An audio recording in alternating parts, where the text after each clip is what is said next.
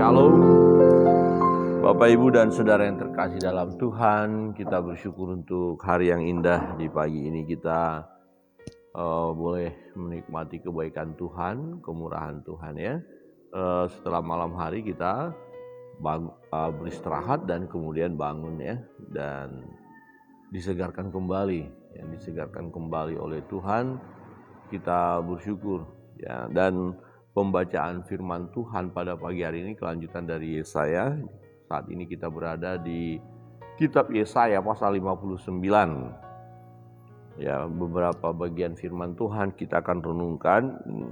Bagian ini sering kita dengar ya, ketika seseorang ya berdoa ya dan doanya belum dikabulkan Tuhan, biasanya bertanya, apa ya yang membuat doa saya tidak dikabulkan Tuhan? Apakah Tuhan tidak dengar?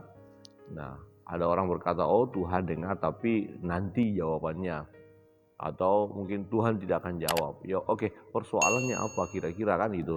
Nah, salah satu dari persoalan yang kita hadapi mengapa doa-doa kita tidak dikabulkan oleh Tuhan.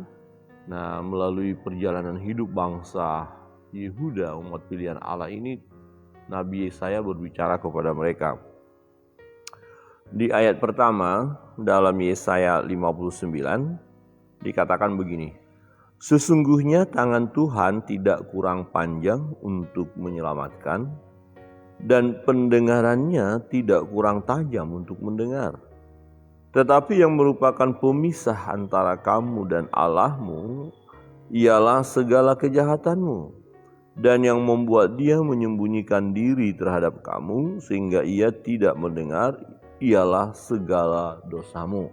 Jadi inilah alasan mengapa Tuhan tidak mengabulkan doa permohonan dari umatnya, umat pilihan. Nah, ternyata umat pilihan ini melakukan dosa. Hidup mereka hari lepas hari adalah kejahatan.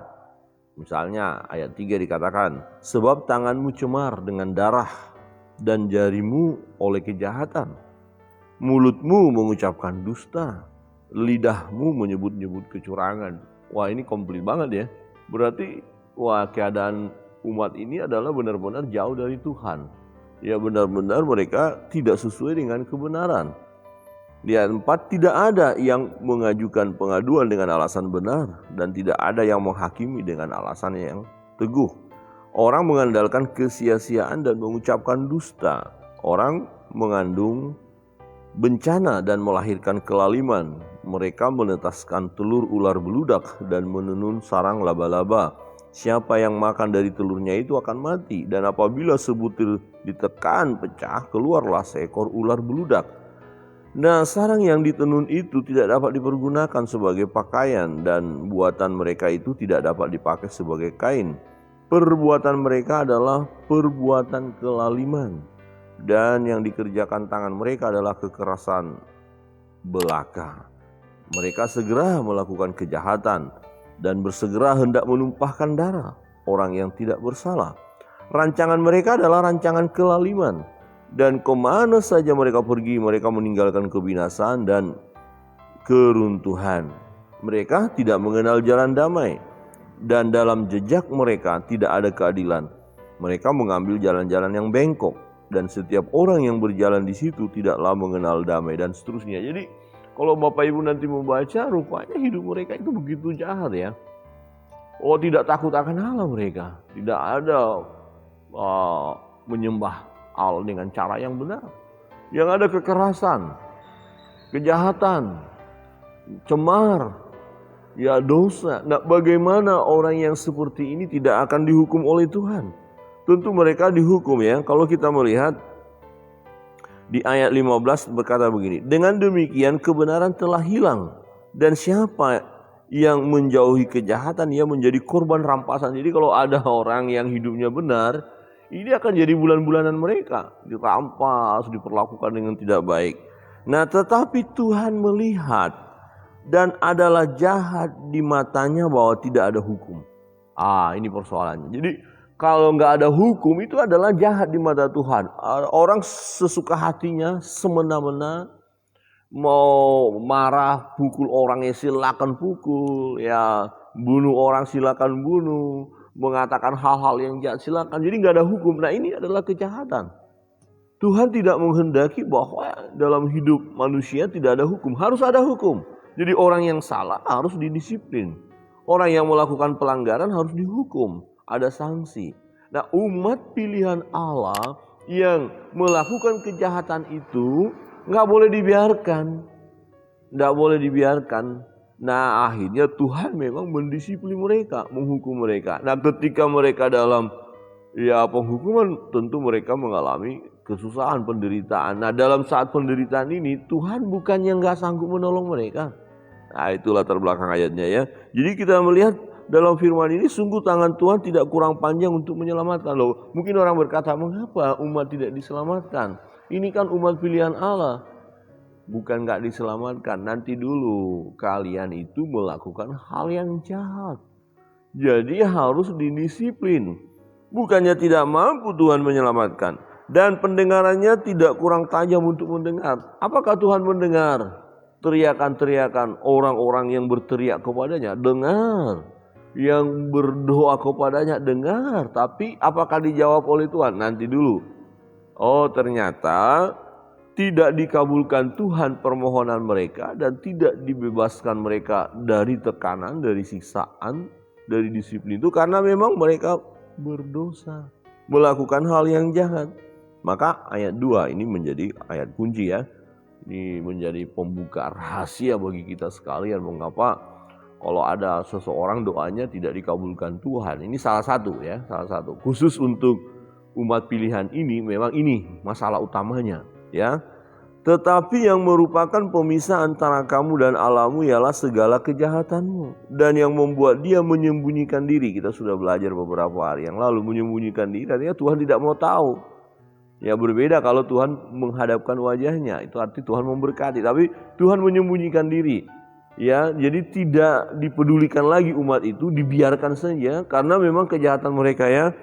Nah, sehingga ia tidak mendengar ialah segala dosamu. Nah, kenapa Tuhan menyembunyikan wajahnya dan tidak mau dengar teriakan umat? Karena ada dosa, kejahatan. Jadi dosa inilah yang sebenarnya harus diselesaikan dulu. Jadi ini bisa terjadi dalam hidup kita. Salah satu penyebab mengapa doa-doa kita tidak dikabulkan oleh Tuhan atau belum dikabulkan Tuhan, kemungkinan besar ada dosa. Ada kejahatan yang kita lakukan dan kita belum bertobat. Nah, untuk itu apa yang harus kita lakukan? Bertobat, ya, bertobat, ya, dan bertobat. Ya, pertobatan itu kita lakukan terus-menerus karena memang dalam hidup kita nggak lepas dari kelemahan dan keterbatasan kita. Seringkali kita jatuh dalam dosa ya. Ya, kadang-kadang kita masih menyimpan kebencian kepada seseorang. Kadang-kadang kita masih suka berbohong, ya, masih suka menipu. Ya, kata-kata kita itu kadang-kadang masih suka menyakitkan hati orang lain ya. Oh, kejam, sadis ya. Oh, menekan ya, seperti itu. Nah, kita perlu bertobat. Ya, perlu bertobat, minta ampunlah di hadapan Tuhan. Maka firman Tuhan katakan begini, apabila kita mengakui segala dosa dan kesalahan kita, ia setia dan adil. Dia akan menyucikan, menguduskan kita dari segala dosa dan kejahatan kita. Jadi yang penghalang tadi dosa ini, jadi berkat Tuhan akan turun. Tapi ada dosa ya yang menghalangi untuk turun kepada kita. Maka dosa ini selesaikan. Dengan cara apa? Pengakuan dosa. Ya, pengakuan dosa, mohon ampun di hadapan Tuhan.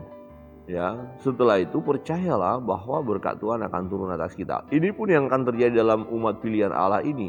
Nanti setelah mereka mendapatkan disiplin, penghukuman itu, ya, pembuangan itu, mereka akan kembali. Dan memang Tuhan katakan akan dipulihkan mereka. Jadi kita akan mengalami pemulihan dari Tuhan. Tetapi persoalannya adalah, sudahkah kita menyelesaikan persoalan utama, yaitu dosa. Nah, yang menghambat atau menghalangi hubungan kita dengan Allah kan dosa. Ya, setelah manusia jatuh ke dalam dosa, dia telah kehilangan kemuliaan Allah. Ya, rusak hubungan kita dengan Allah. Kita menjadi seteru dengan Allah. Dosa inilah yang menghalangi berkat buat kita. Dosa inilah yang membuat kita menderita, susah. Ya, dosa inilah ya yang membuat kita akhirnya melawan Allah. Ya, tidak setia kepada Allah. Maka yang perlu kita selesaikan adalah masalah dosa. Nah, upah dosa adalah maut. Ya, kematian yang abadi. Tetapi kita nggak bisa dengan kekuatan kita untuk melepaskan diri dari hukuman maut itu. Karena upah dosa adalah maut tadi. Nah, terus bagaimana dong? Kita ada berita baik ya. Beberapa hari yang lalu kita sudah bahas juga ada kabar sukacita. Dan hari-hari ini kita sedang peringati. Nah, Yesus Kristus mampu menyelesaikan dosa kita ini. Ya, dosa dari Adam, dosa dari keturunan ya papa mama kita terus. Ya, kita harus selesaikan waktu kita percaya Yesus. Ya, dosa ini diselesaikan, kemudian hubungan kita dengan Bapa kembali baik. Ya, kita berkenan di hadapan Allah dan kita diberi status menjadi anak-anak Allah. Dosa selesai. Jadi kalau dosa ini berarti Tuhan tidak menyembunyikan diri lagi kepada kita. Nah, namun setelah kita percaya Yesus, dosa ini terselesaikan, kita masih berjuang untuk menghadapi dosa-dosa perbuatan kita. Apakah ada dosa perbuatan kita setelah kita percaya Yesus? Ada. Kelemahan manusia, tabiat dosa ya. Jadi kelemahan kedagingan itu kita harus berjuang. Rasul Paulus katakan matikan. Jadi walaupun saudara sudah percaya Yesus, sudah lahir baru, saudara belum lepas betul dari perbuatan dosa. Ya, masih tersinggung kan? Ya, masih gosip kan? Ya, kadang-kadang masih sakit hati ya, masih menaruh dendam ya. Ya, omongan kita, kata-kata kita kan kadang-kadang masih kasar ya. Nah, inilah yang perlu diselesaikan. Nah, ini yang menghambat doa-doa kita. Ya, dosa perbuatan kita. Nah, solusinya apa? Ya, ada pengakuan dosa di hadapan Tuhan. Kalau dosa-dosa kita yang sudah kita akui dan mohon ampun di hadapan Allah, maka Allah selesaikan itu dan berkat Tuhan mengalir lagi, kan begitu? Ya. Jadi hari-hari ini kita diberkati Tuhan, kita bangga, kita senang, tapi kemudian kita terjebak. Ya. Tidak lagi bersyukur atas berkat itu, tapi kita mengelola berkat itu dengan cara yang tidak benar, mulai sombong ya, mulai lupa kepada Tuhan yang memberikan berkat. Ya, akhirnya terjebak menggunakan berkat-berkat itu untuk hal-hal yang tidak baik. Maka jangan salahkan kalau berkat Tuhan akhirnya tertutup.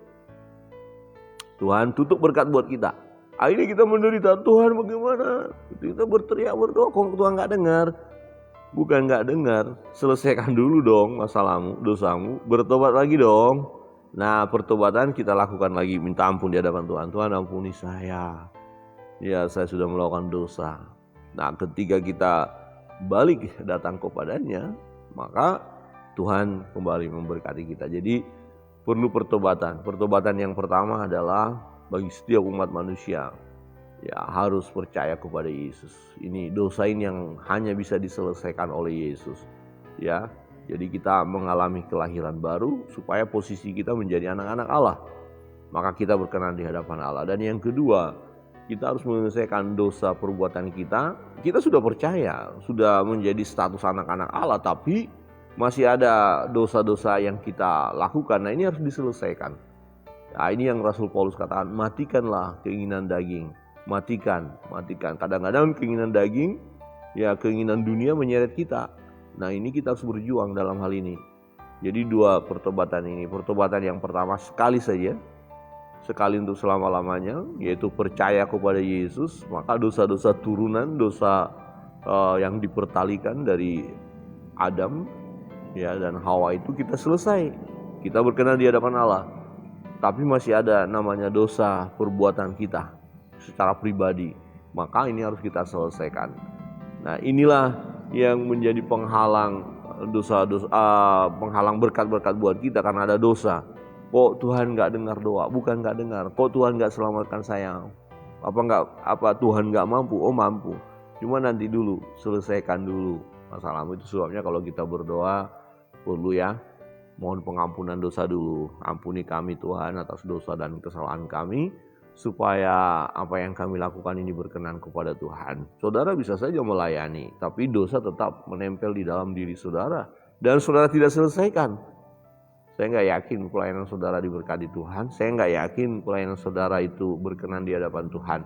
Bisa jadi pelayanan kita menjadi satu persembahan yang menjijikkan di hadapan Allah. Ya, serius, ini serius. Jadi, kita udah melayani. Oh, haleluya, puji Tuhan. Nanti dulu, persembahanmu bau, pelayananmu bau, nggak berkenan.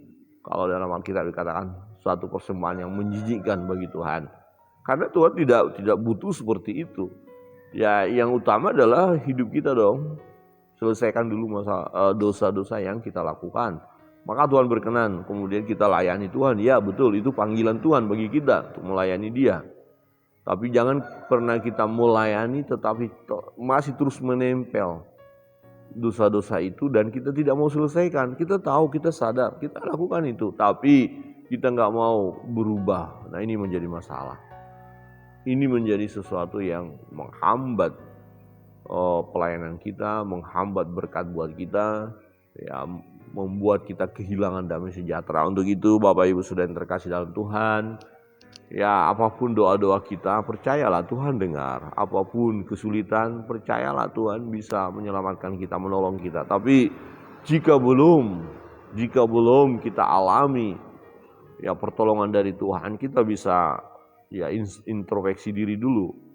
Adakah penyebabnya dosa yang belum saya selesaikan? Ini penting. Ya, khusus pada pagi hari ini renungan kita untuk umat pilihan pada ya konteks dari pembacaan kita ini adalah memang itu masalahnya. Umat itu berdosa, ya, umat itu melakukan hal yang jahat. Tidak datang kepada Allah, tidak melakukan kebenaran, itu persoalannya. Nah, mungkin ada di antara kita, mungkin lo ya, tidak menuduh lo ya. Jadi mungkin ada di antara kita, oh rupanya puji Tuhan ini masalah saya. Ya betul, saya belum mengakui dosa di hadapan Allah. Saya masih sakit hati sama dia gitu ya. Sama orang itu, saya sangat benci sama dia. Oh, kata-kata saya tiap-tiap hari ini, aduh, kata kotor saja, kata hujatan saja, kata makian saja, kebun binatang muncul. Mungkin itu Tuhan ingatkan kita, maka Tuhan ampuni saya, kan begitu. Oh, saya masih suka menipu, ya, membohongi orang. Oh, ampuni saya Tuhan. Oh, saya masih suka berjudi, ampuni saya Tuhan. Oh, saya masih mabuk-mabukan, ya ampuni saya Tuhan. Jadi selesaikan dulu. Maka percayalah, berkat Tuhan akan turun atasmu, pertolongan Tuhan akan engkau rasakan, engkau nikmati, kedahsyatan Tuhan terjadi dalam hidup kita. Kita akan dipulihkan, amin. Sebagaimana umat itu nanti dipulihkan oleh Tuhan, kita pun akan mengalami pemulihan daripada Tuhan. Terlebih adalah doa-doa kita dikabulkan oleh Tuhan. Kiranya Tuhan memberkati kita. Mari kita datang kepada Tuhan berdoa, mohon kepada Tuhan Yesus supaya Dia memberkati kita. Tetapi aplikasi dari firman ini jelas, akui dulu dosa kita ya. Pengakuan perlu. Ya, ampuni kami Tuhan atas dosa dan kesalahan kami. Kemudian kita berdoa, apapun yang menjadi beban pergumulan kita, datang kepada Tuhan.